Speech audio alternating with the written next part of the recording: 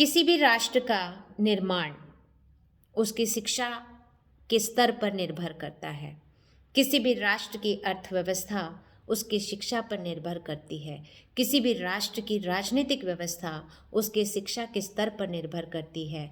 किसी भी राष्ट्र की सांस्कृतिक सभ्यता, सभी क्षेत्र उसके शिक्षा पे निर्भर करते हैं। उसका शिक्षा का स्तर क्या है, किस तरह की शिक्षा हम हमारे युवाओं को दे रहे हैं, हमारे बच्चों को दे रहे हैं, उसी के ऊपर हमारा विकास भी निर्भर करता है। देखिए 1945 के समय से लेकर आज तक अगर हम अपनी स्थिति को देखें, भारतीय अर्थव्यवस्था का विश्लेषण करें, तो आज भी हम विश्व पटल पर अपने आप को विकासशील देशों की श्रेणी में मानते हैं, डेवलपिंग नेशंस की कैटेगरी में अपने आप को पाते हैं, न कि हम डेवलप्ड नेशन की कैटेगरी में हैं। आज भी हमारी पर कैपिटा इनकम दूसरे देशों के मुकाबले डेवलप्ड कंट्रीज़ के कंपैरिजन में बहुत कम है। आज भी यहाँ पर पॉवर्टी लाइन या ये कहा जाए कि गरीबी रेखा के नीचे लोगों का जो जीवन यापन करने वालों की जो संख्या है, जनसंख्या है, वो बहुत अधिक है। कहीं ना कहीं इसमें हमारे शिक्षा का भी योगदान रहा है। 1986 के बाद 2020 में मानव संसाधन मंत्रालय ने नई शिक्षा नीति की घोषणा की। 34 वर्षों बाद जिस मुद्दे पर हमें बहुत जल्दी विश्लेषण करना चाहिए था, उसमें 34 वर्ष हमें लगे उसमें परिवर्तन करने में, और ये 34 वर्ष बहुत ज़्यादा लंबा समय होता है। 34 इयर्स के बाद एक नई शिक्षा नीति लागू की गई। इस नई शिक्षा नीति के तहत दो परिवर्तन, या ये कहा जाए कि नई शिक्षा नीति या शिक्षा के क्षेत्र में जो भारत सरकार ने दो परिवर्तन किए। पहला तो जो मानव संसाधन मंत्रालय था उसका नाम परिवर्तित कर दिया और उसको शिक्षा मंत्रालय के नाम से अब जाना जाएगा। दूसरा, जो 1986 की राष्ट्रीय शिक्षा नीति चल रही थी उसकी जगह पे अब राष्ट्रीय शिक्षा नीति 2020 लागू की जाएगी। ये कई चरणों में होगी, एक साथ इसको लागू नहीं किया जाएगा। 2030 तक जो ग्रॉस एनरोलमेंट रेट है या रेशियो है उसको 100% करने की बात इस नई शिक्षा नीति में कही गई है। या ये कहा जाए कि 2030 तक हमारा जो सकल रजिस्ट्रेशन है या विद्यार्थियों का इसमें शिक्षा में, कि हम उसको 100% तक एनरोलमेंट को 100% लाने का एजेंडा इसमें या मुद्दा इसमें रखा गया है कि हम 100% तक इसको 2030 तक अचीव कर लेंगे। दूसरा कि जो हमारी जीडीपी है उसका 6% जो पेमेंट व्यय है वो शिक्षा के ऊपर किया जाएगा। ये कुछ ऐसी चीज़ें हैं जिनको राष्ट्रीय शिक्षा नीति के अंदर 2020 पर लागू किया जाने की बात कही गई है। अब देखिए कि क्या ये सभी परिवर्तन एक साथ किए जाएंगे या चरणबद्ध तरीके से किए जाएंगे। एक साथ परिवर्तन किया जाना संभव नहीं होता। किसी भी पुराने जो 34 सालों से जो शिक्षा प्रणाली हमारी चल रही थी उसमें एकदम से हम चाहें कि सारे क्षेत्रों में परिवर्तन कर दें तो ये संभव नहीं है और किया जाना भी गलत होगा। इसके लिए जो एक प्रावधान रखा गया कि चरणबद्ध तरीके से इसमें परिवर्तन किया जाएगा। तो राष्ट्रीय शिक्षा नीति को समझने के लिए हमें ये देखना पड़ेगा कि राष्ट्रीय शिक्षा नीति में 5+3+3+4 की जो पैटर्न रखा गया है वो क्या है। देखिए 5+3+3+4 पहले हमारा जो ये पैटर्न था वो 10+2 का था। अब वो 10+2 को 5+3+3+4 में कन्वर्ट कर दिया गया और इसका जो ये पैटर्न है इसमें जो 5 ईयर हैं उन 5 सालों को 2 भागों में बांटा गया। पहला प्री प्रिपरेटरी स्टेज माना गया और उसके बाद में मिडिल स्टेज माना गया। राष्ट्रीय शिक्षा नीति में जो होने वाले परिवर्तन हैं या जो हमें लाभ मिलेंगे वो लाभ क्या हैं, उसका देखिए सबसे पहला जो लाभ है वो क्या होगा कि आज की जो हमारी शिक्षा व्यवस्था है, या ये कहा जाए कि जो हम 1986 के एजुकेशन पैटर्न पे या एजुकेशन पॉलिसी के अकॉर्डिंग जो हम काम कर रहे हैं, उन खामियों को हटाने का, जो उसमें कमियां थी उनको हटाने का प्रयास इसमें किया गया है। वो खामियां क्या थी? सबसे पहले तो हमारा इवैल्यूएशन सिस्टम और जो सब्जेक्ट्स का चयन विद्यार्थियों पर थोपा जाता था उसमें थोड़ा सा परिवर्तन। दूसरा, हमारे बच्चों का जो बैग थे भारी हो गए थे, उनके वजन से अधिक वजन उनके बस्तों में हुआ करता था और उनके ऊपर इतना बर्डन डाल दिया गया जिससे उनका शारीरिक और मानसिक विकास दोनों ही रुक गए। यहाँ पर हम सर्वांगीण विकास की बात नई शिक्षा नीति 2020 में कर रहे हैं। इस पॉलिसी के तहत छात्रों को ज्ञान के साथ साथ उनके स्वास्थ्य या ये कहा जाए कि उनकी हेल्थ पर भी इस पे ध्यान दिया जाएगा। उनमें कोई ना कोई कौशल का विकास उनमें किया जाएगा। देखिए, इसमें स्किल डेवलपमेंट के ऊपर बहुत ज़्यादा फोकस किया है और इसके पीछे जो भारत सरकार की मंशा रही है या उद्देश्य रहा है कि स्किल डेवलपमेंट क्यों होना चाहिए।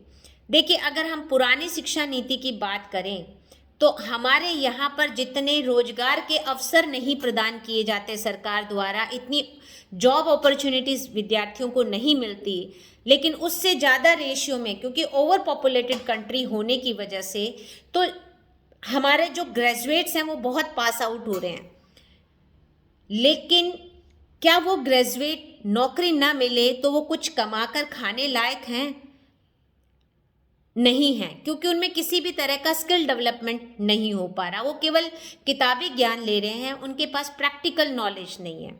उसी चीज को पूरा करने के लिए, उसी कमी को पूरा करने के लिए राष्ट्रीय नई शिक्षा नीति 2020 में कौशल के ऊपर जोर दिया गया है। देखिए, अगर हमारा आज का पैटर्न या 1986 का इवैल्यूएशन सिस्टम भी देखें तो हमारा विद्यार्थी साल भर अगर नहीं पढ़ पा रहा है, नहीं पढ़ता है, उसका साल भर मस्ती में निकलता है और लास्ट में वो कुछ सेलेक्टेड टॉपिक्स, या ये कहा जाए कि अब तो मार्केट में वन नाइट कीज भी आ गई हैं। पहले ये होता था कि गाइड हैं, गाइड के बाद में 1 वीक सीरीज़ हैं, 1 वीक सीरीज़ के बाद में 1 नाइट भी आ गई हैं कि एक रात पहले आप कुछ क्वेश्चंस पढ़ के जाइए और आप एग्ज़ाम दे दीजिए, उल्टी कराइए पेपर में, आप पास हो जाएंगे, आपको डिग्री मिल जाएगी। क्या इस एजुकेशन से हम अपने भारत का, अपने राष्ट्र का निर्माण कर सकेंगे? इसी मुद्दे को ध्यान में रखते हुए भारत सरकार ने नए परिवर्तन किए। अब जो हमारा सिस्टम रहेगा वो न केवल किताबी ज्ञान देने का, बल्कि उनके स्वास्थ्य और उनके कौशल में कोई ना कोई कौशल के निर्माण पर भी जोर दिया जाएगा। मतलब शिक्षा का पैटर्न इस तरह का होगा कि कोई ना कोई स्किल डेवलपमेंट उन विद्यार्थियों में पनप पाएगी। इसके लिए सरकार ने एक प्रावधान रखा है कि सभी विद्यार्थियों के स्वास्थ्य कार्ड बनेंगे, उनकी स्वास्थ्य जांच हुआ करेगी और उससे उनका रिकॉर्ड तैयार होगा।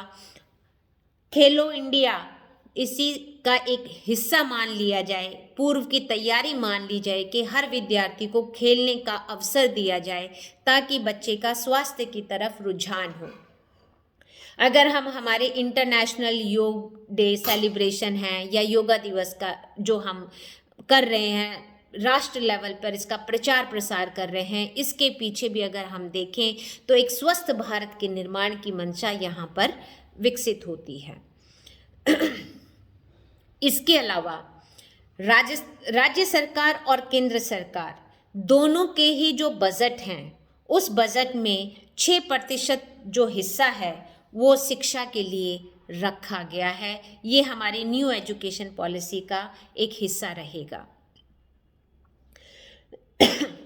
इसके अलावा अगर हम हमारे 1986 के एजुकेशन पॉलिसी पर जाएं तो विद्यार्थी को 10th के बाद में विषयों का चयन करना होता था, और वो चयन इस प्रकार से करता था, क्या तो वो विज्ञान ले सकता है, क्या वो समाज आर्ट्स ले सकता है, कला, या वो वाणिज्य, या वो कृषि। कुछ ऑप्शंस उसके पास थे, लेकिन ऑप्शंस भी इस तरह के कि आप अगर विज्ञान संकाय में जाना चाहते हो साइंस में, तो आपके पास मेडिकल और नॉन मेडिकल है। आर्ट्स हैं तो आपके पास जो सब्जेक्ट हैं आप वो ले सकते हो। कॉमर्स है तो कॉमर्स के जो limited subject 3, accounts, business studies और कमर्शियल प्रैक्टिस और इकोनॉमिक्स, ये जो सब्जेक्ट्स हैं केवल आप इन्हीं के साथ में बीकॉम कर सकते हैं। लेकिन न्यू एजुकेशन पॉलिसी 2020 के अंदर विद्यार्थियों को पूर्ण अधिकार दिया गया है कि वो विषयों का चयन अपने हिसाब से कर सकता है। एक साइंस का विद्यार्थी अगर चाहे कि उसे इकोनॉमिक्स पढ़नी है, उसे मनोविज्ञान पढ़ना है, तो वो साइंस में का विद्यार्थी होते हुए भी वो कला के विषयों को पढ़ सकता है।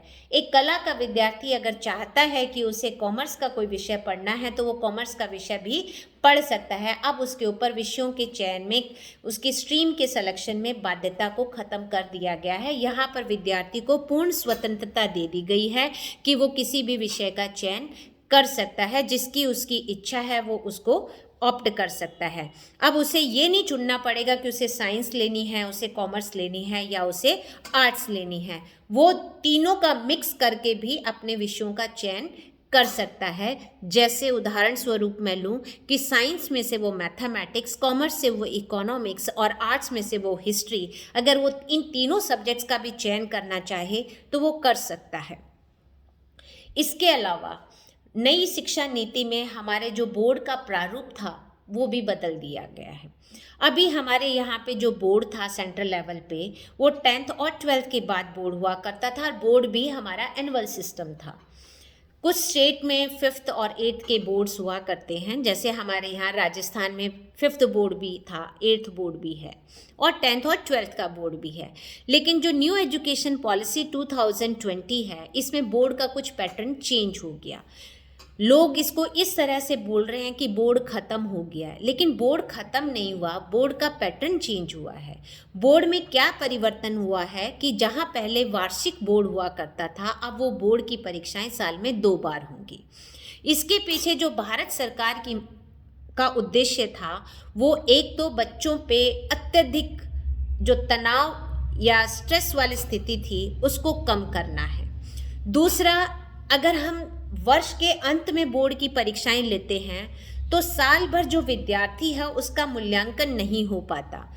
यहाँ तक हम CCE को अपना रहे थे, कॉम्प्रिहेंसिव कॉन्टिन्यूअस इवैल्यूएशन सिस्टम को, लेकिन हमारा इवैल्यूएशन सिस्टम उस लेवल तक, उस स्तर का नहीं था जिसको हम चाहते थे, जैसा हम चाहते थे।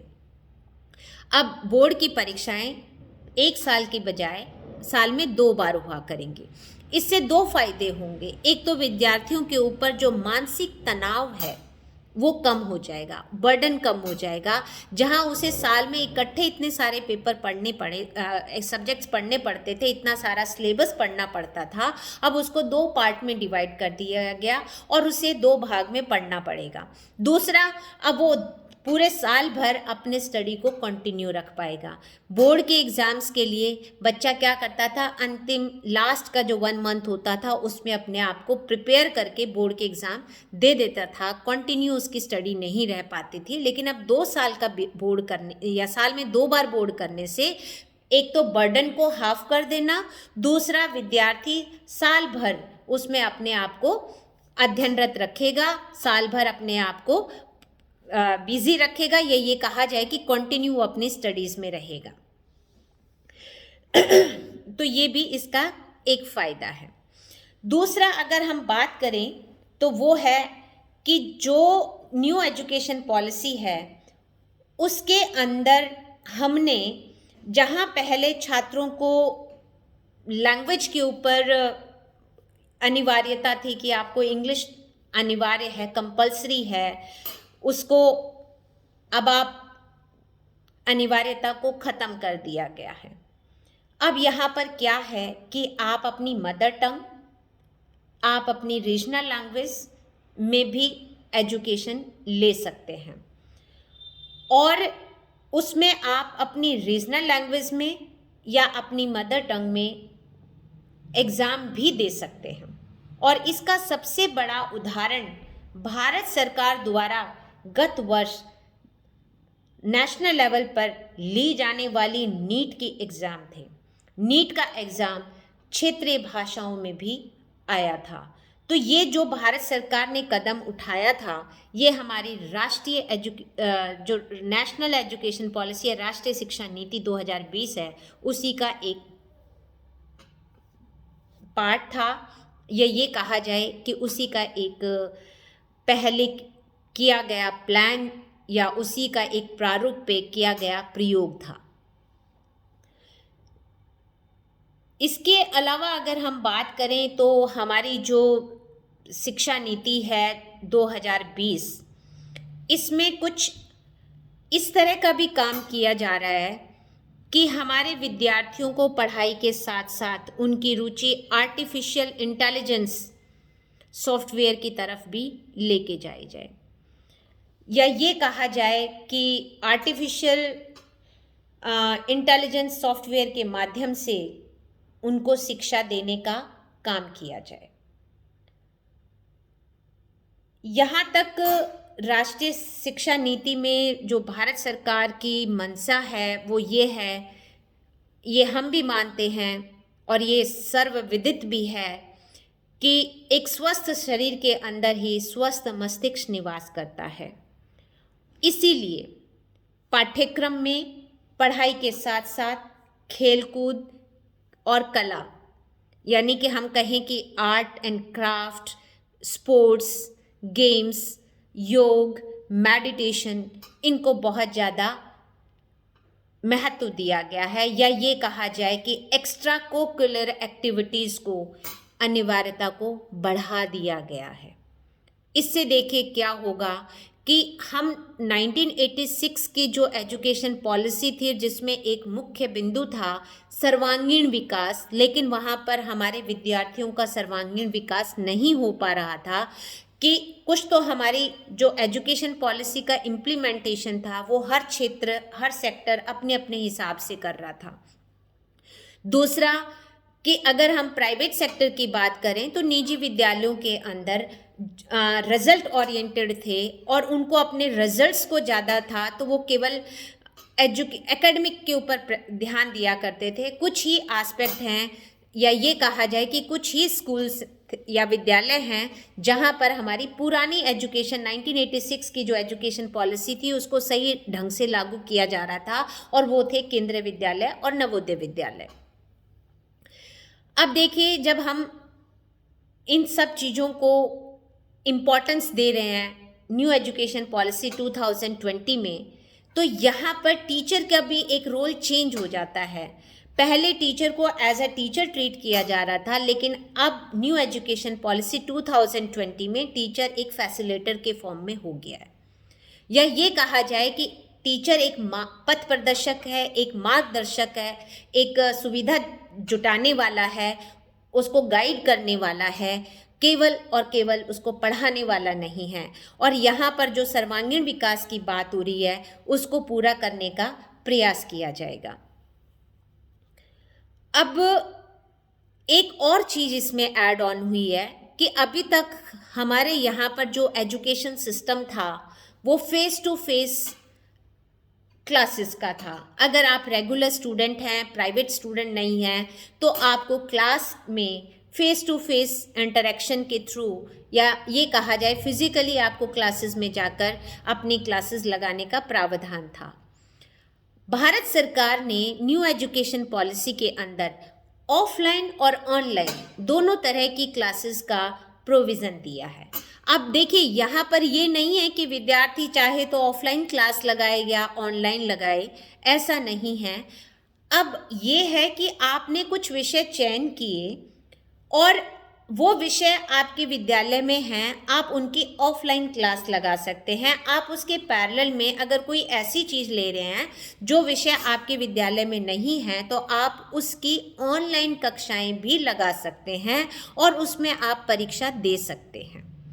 यहाँ पर ऑनलाइन और ऑफलाइन का मतलब यही है। आप ऑफलाइन के साथ साथ में ऑनलाइन भी कोई भी क्लास ज्वाइन कर सकते हैं अदर देन योर फैकल्टीज़। इसके अलावा जो मुख्य मुद्दा है हमारा, या सिस्टम है, प्रारूप है न्यू एजुकेशन पॉलिसी का, वो है 5+3+3+4। अब इसके ऊपर हम थोड़ी सी चर्चा करते हैं कि ये 5+3+3+4 है क्या। देखिए, पुरानी जो हमारी सिस्टम था वो 10+2 का था। 10 तक आपने बोर्ड, उसके बाद में 2 इयर्स का 11th and 12th secondary and senior secondary, और उसके बाद आपकी कॉलेज एजुकेशन या यूनिवर्सिटी में एजुकेशन आप उसको कह सकते हो। भारत के शिक्षा मंत्रालय ने एनसीईआरटी को 5+3+3 पैटर्न के ऊपर काम करने के लिए, करिकुलम फ्रेमवर्क बनाने के लिए काम दे दिया गया है, उसकी रूपरेखा तैयार कर ली गई है। अब जो नई शिक्षा नीति है, इसमें जो 5+3+3+4 है, उसको अगर हम देखें तो उसको बहुत ज़्यादा महत्व दिया गया है। किसी भी बालक की प्रारंभिक जो बाल्य अवस्था होती है, वो उसकी शिक्षा को किस तरह से उसमें आगे लेकर आए, उसको किस तरह की दीक्षा दी जानी चाहिए जिससे उसका सर्वांगीण विकास हो और शिक्षा में वो अच्छा कर सके। इसके ऊपर उसकी बुनियादी शिक्षा, या ये उसकी कहा जाए कि संगठनात्मक रूप से बुनियादी ढांचे को परिवर्तन या उसको मजबूत बनाए जाने की इसमें बात कही है। इसमें अगर हम बात करें तो जैसे आज वर्तमान में जो हमारी आंगनबाड़ी हैं, उनके जो आंगनबाड़ी कार्यकर्ता हैं या वहाँ पर जो आंगनबाड़ी में पढ़ाने वाली शिक्षिकाएं हैं, उन सभी की ट्रेनिंग की बात की गई है कि उन सबको ट्रेंड किया जाएगा, उन सबको ट्रेनिंग दी जाएगी जो आसानी से विद्यार्थियों को या जो आंगनबाड़ी में जाने वाले बालक हैं उनको शिक्षा दे सके। और जहाँ पर 5 साल से कम आयु तक, पहले हमारी जो बेसिक एडमिशन की जो प्रवेश नीति का जो एक आयु थी वो 6 वर्ष थी, उसको अब उससे कम कर दिया गया है।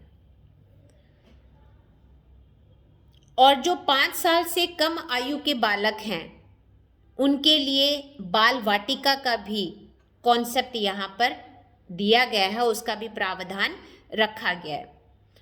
साथ ही साथ ये भी देखा गया कि कक्षा 2 तक, यानी कि फर्स्ट और सेकंड क्लास तक परीक्षा नहीं ली जाएगी। किसी भी विद्यार्थी की परीक्षा नहीं होगी, फर्स्ट क्लास में भी नहीं होगी, सेकंड क्लास में भी नहीं होगी। उसको बिना किसी परीक्षा के, बिना किसी मानसिक दबाव के उसको शिक्षित किया जाएगा और उसको ऊंची कक्षाओं के लिए, या ये कहा जाए कि 3rd क्लास तक उसे प्रमोट कर दिया जाएगा।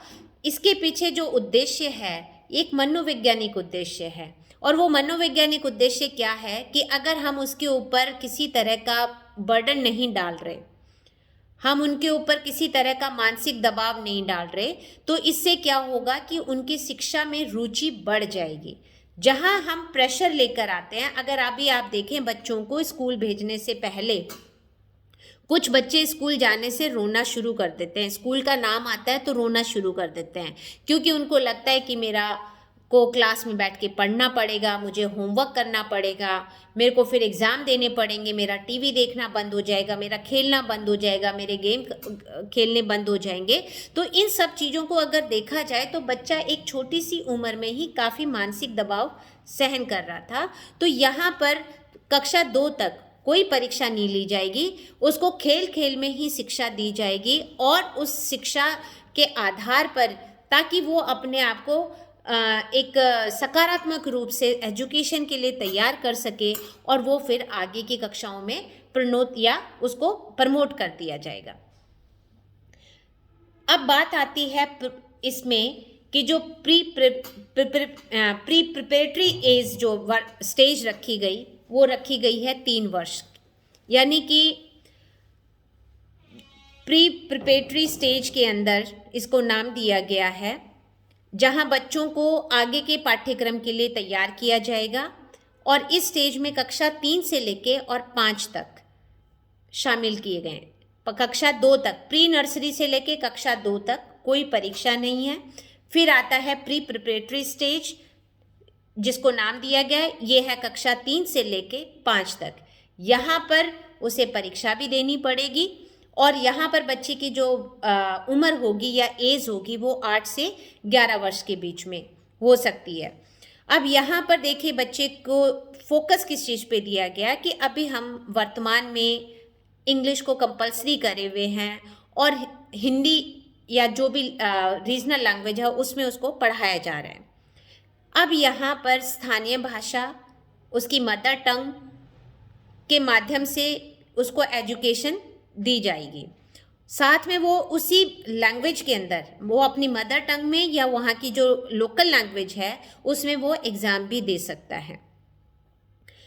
यहाँ पर जो वो ज्ञान, इसके पीछे जो उद्देश्य है वो उद्देश्य क्या है कि किसी भी ज्ञान को हम अपनी मदर टंग में या जो लोकल लैंग्वेज ज़्यादा बोली जा रही है उसमें बहुत ही सरल और सहज भाव से उस चीज़ को हम ग्रहण कर सकते हैं। यहाँ पर अंग्रेजी भाषा की जो अनिवार्यता है उसको ख़त्म कर दिया गया है। इसके विषय में अभी बात चल रही है कि किस कक्षा से इसको अनिवार्य किया जाए। उसके बाद आती है मिडिल स्टेज। देखिए पहले 5 साल पूरे हो गए, अब आती है मिडिल स्टेज जो 3 वर्ष की है, 5+3+3+4। तो पहले 5 साल उसके क्या हुए, प्री प्राइमरी से लेकर और 2nd क्लास तक।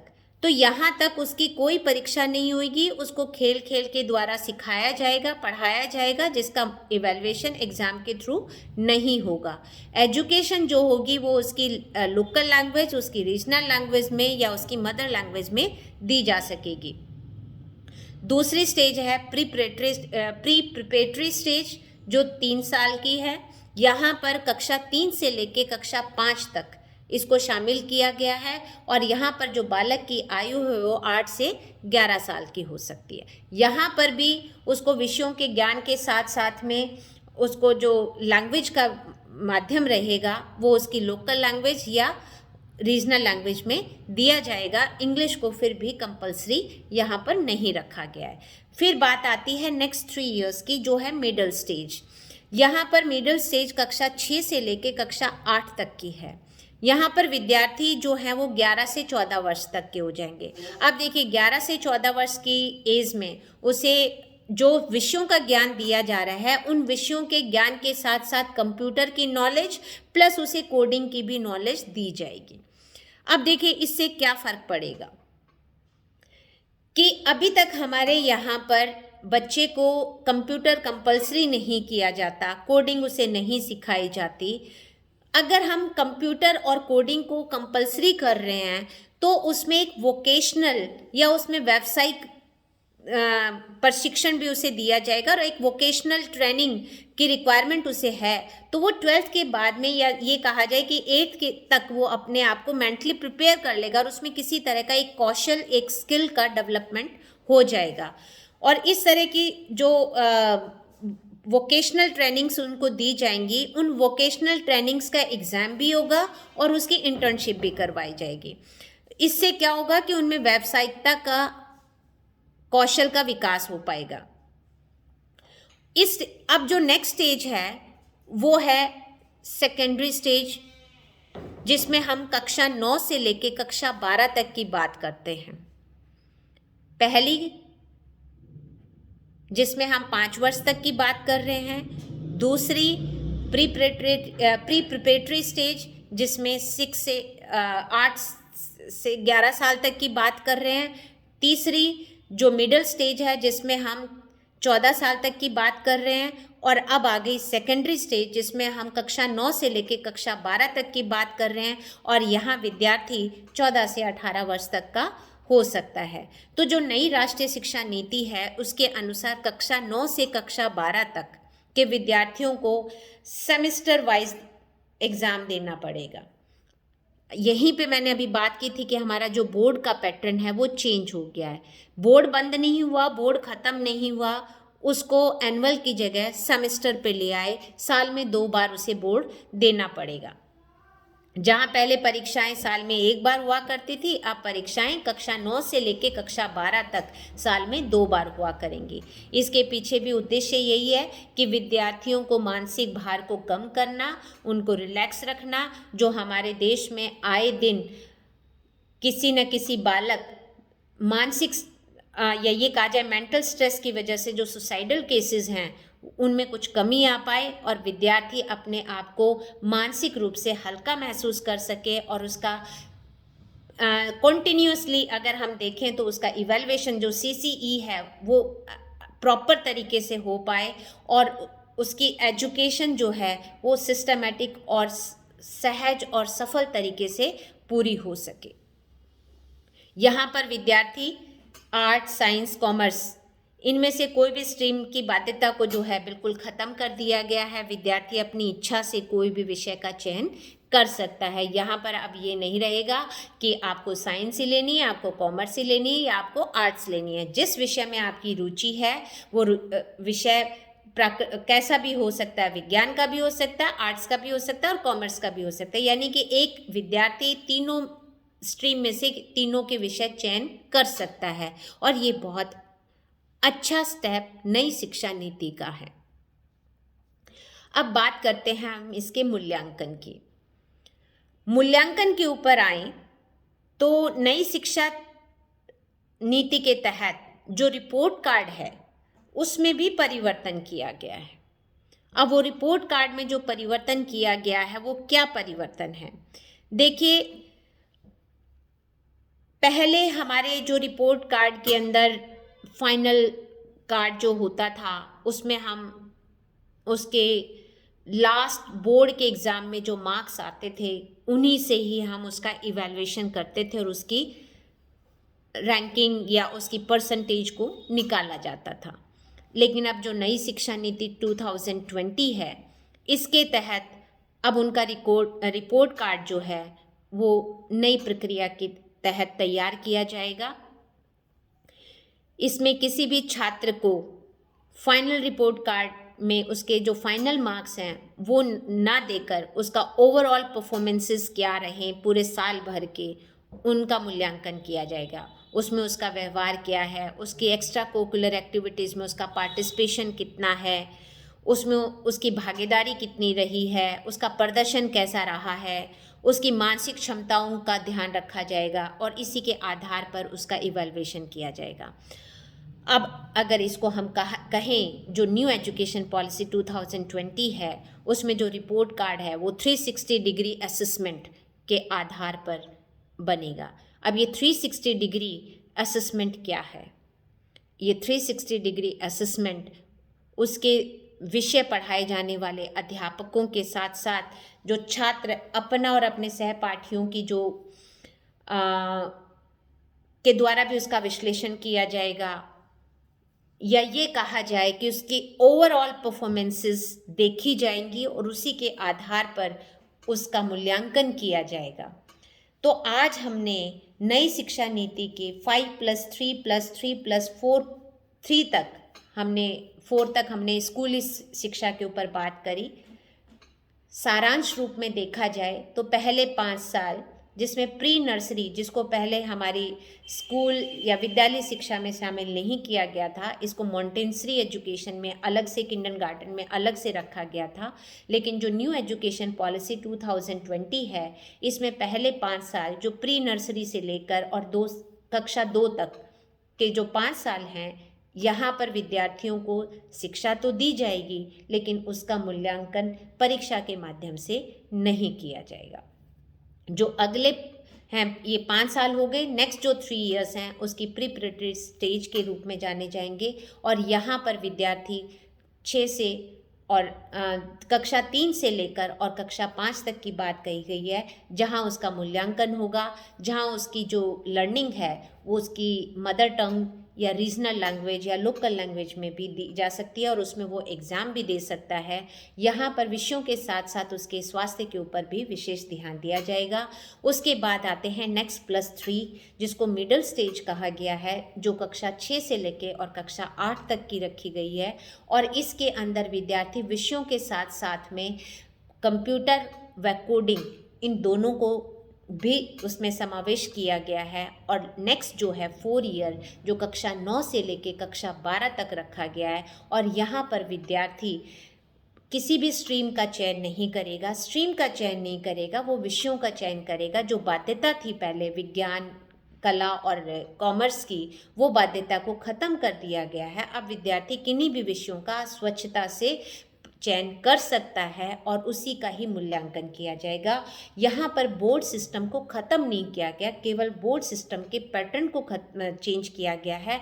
जहाँ पहले बोर्ड साल में 1 बार हुआ करता था, अब बोर्ड की परीक्षाएं साल में 2 बार हुआ करेंगी, कक्षा 9 से लेकर कक्षा 12 तक।